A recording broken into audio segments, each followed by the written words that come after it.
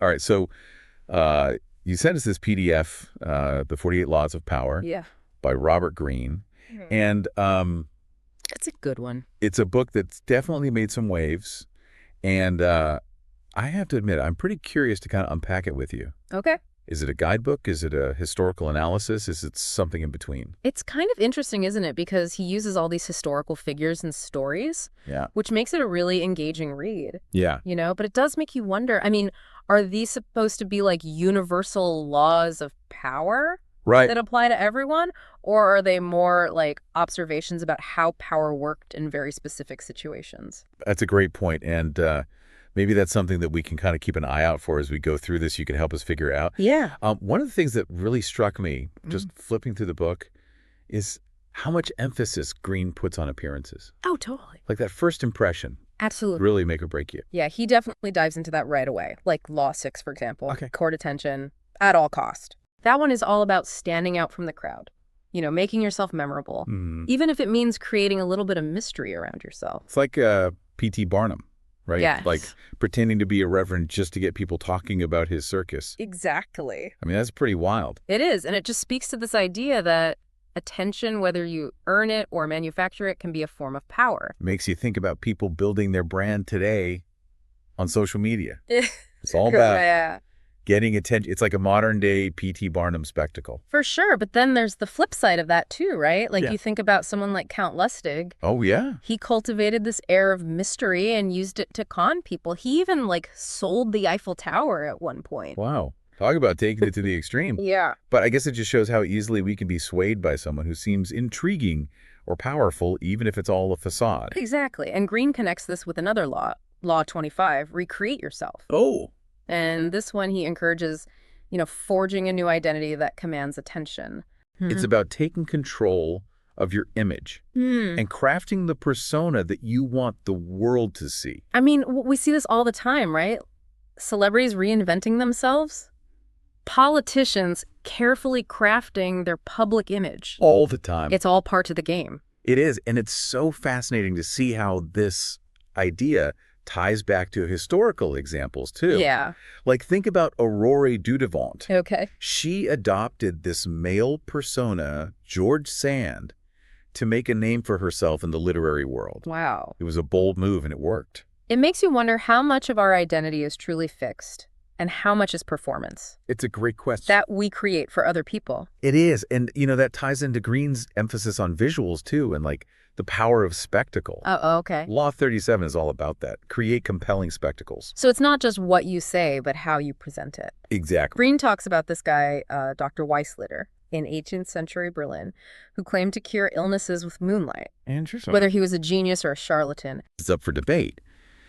But he drew huge crowds with these dramatic presentations. He understood the power of theater. Right. And Greene argues that symbols and visuals, they can bypass rational thought and tap into our emotions, which makes them incredibly persuasive. It's like those elaborate magic shows, right? Genuinely. It's all smoke and mirrors, but you can't help but be drawn in. Right. I'm thinking of someone like Cagliostro, Oh, who used all these elaborate rituals and illusions to create this aura of mystery and power. it seems like Greene suggests that creating that kind of captivating experience can be a very powerful tool for good or for ill. So we've talked about the importance of appearances, but I'm curious to get into the nitty-gritty of strategy. Yeah. What are some of the tactics Greene suggests for actually wielding power? Well, Greene doesn't shy away from some pretty cunning tactics. I mean, he even dedicates a whole section to strategic manipulation. Oh, wow.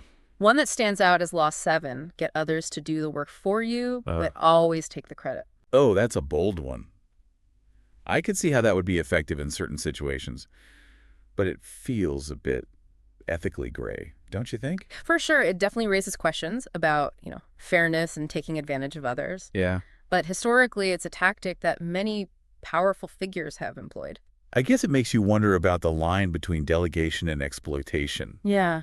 Like in a workplace setting, there's a difference between getting your team to help with a project and just taking all the credit for their work. Exactly. It's about finding that balance between leveraging the skills of others and making sure everyone gets the recognition they deserve. So what about some of the other manipulative tactics that Greene talks about? Well, he suggests that a little bit of calculated kindness can go a long way. Okay. Law 12, use selective honesty and generosity to disarm your victim. Interesting. It's this idea of using strategic acts of kindness to build trust, even if your ultimate motives aren't so pure. That's a little unsettling Right. to think about, being nice to someone just to manipulate them later on. Yeah, and he uses an example. Oh, okay. Yellow kid. Well, he was a con man who would let his victims win small amounts of money early on, only to swindle them out of much larger sums later. It's like a classic bait and switch. It makes you realize how easily we can fall for that, especially when we think someone is being genuine. Yeah. It's like that saying, if it sounds too good to be true, it probably is. Exactly, and it highlights the importance of being discerning, not letting your guard down too easily, Right. even when someone seems trustworthy. Okay, so if calculated kindness can be a tool for manipulation, what does Greene suggest for asking for help genuinely? Well, he advises appealing to people's self-interest rather than relying on their mercy or gratitude. Oh, got That's Law 13. When asking for help, appeal to people's self-interest, never to their mercy or gratitude. So it's about framing your request in a way that benefits the other person. Exactly. He uses the example of art dealer Joseph Duveen. Mm-hmm. He convinced Andrew Mellon to donate his art collection to the National Gallery, and Duveen understood that appealing to Mellon's desire for legacy and prestige would be much more effective than just asking for a handout. So you're creating a win-win situation Yeah. where both parties benefit. Exactly. And, it makes sense people are more likely to help you if they see something in it for themselves. Now, there's one law that feels especially relevant in today's world of corporate scandals and political maneuvering. Oh, yeah. Law 26, keep your hands clean. This is all about maintaining a spotless reputation, even if it means letting others take the fall for your actions. Yeah, that's a tricky one.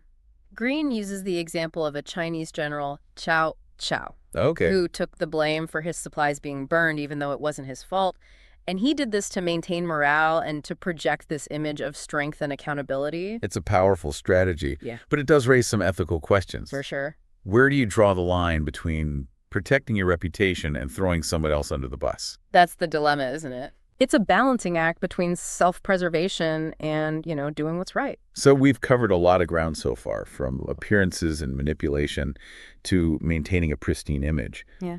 But I'm curious to get into the bigger picture. How does Greene suggest we actually master the game of power?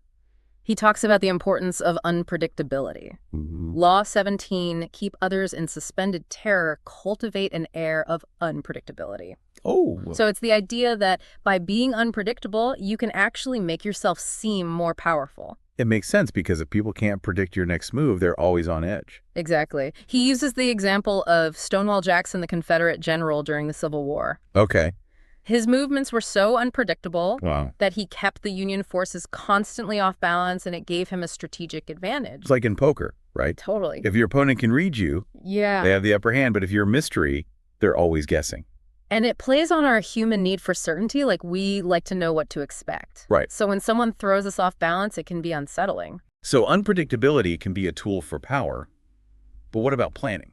Oh, for sure. Doesn't Greene also emphasize the importance of, thinking ahead? Yeah, absolutely. Law 29 is all about that plan all the way to the end. Okay. He says that seeing the long-term consequences of your actions is crucial for success. That's a game of chess. Exactly. You have to be thinking several moves ahead. Yeah. And he uses Christopher Columbus as an example. Oh, right. He planned his voyages meticulously, but even he couldn't foresee all of the consequences, Right. both good and bad. It makes you think about those unintended consequences. Even the best laid plans can go awry. For sure, it's a reminder that, planning is essential, Right. but so is adaptability. Oh. You have to be able to adjust to changing circumstances. So we've talked about unpredictability and long-term planning. What about understanding your opponent? Does Greene address that? He does Law 33, discover the weak link. Okay. And this is about identifying your opponent's vulnerabilities and using them to your advantage. That sounds a little ruthless. It can be, but Greene argues that it's a key element of strategy. Right. He uses the example of Alexander the Great, who was known for exploiting his enemy's weaknesses. It's like that saying, a chain is only as strong as its weakest link. Exactly. If you can find that weak link, you can break the whole chain. Right. It's about being observant and understanding what makes your opponent tick. Now, there's one law that I think resonates with a lot of people today, especially in a world of influencers and freebies. Uh-huh. Law 40, despise the free lunch. Ah, yes. That's the idea that, nothing is truly free. There are always strings attached. Like you might get invited to this exclusive event, Right. but maybe you're expected to promote something in return or you receive a gift, Exactly. but now you feel obligated to reciprocate. Greene sees paying your own way as a sign of independence and control. It's Mhm. about avoiding those hidden obligations. It's like that saying there's no such thing as a free lunch. So we've gone through quite a few of these laws now, and it's really made me think about the nature of power. It's complex, isn't it? Oh, it is. And I think the big question we posed at the beginning is still relevant. Yeah. Are these universal laws? Right. Or are they more like observations about power dynamics in specific situations? What do you think after looking at all of these examples? Well, I think some of them, like the importance of observation and planning Right. and understanding human psychology, those feel pretty timeless. Yeah. But others, especially the ones that involve manipulation or deception, those feel more situational Uh-huh. and ethically ambiguous. Yeah, I agree. It seems like the key is to be aware of these laws, Right. to understand how they work, Hmm. but to use that knowledge wisely and ethically. Absolutely. Because ultimately, the most important thing is to master yourself. That's a great point. And actually, Greene ends the book with that idea. That's you. Yeah, it's not just about mastering the game of power, but mastering your own impulses, Yeah. your own weaknesses. It's a really good point because that applies to everyone, Right. regardless of their position or status. So what do you think, what are some key takeaways for you from this deep dive into the 48 laws of power?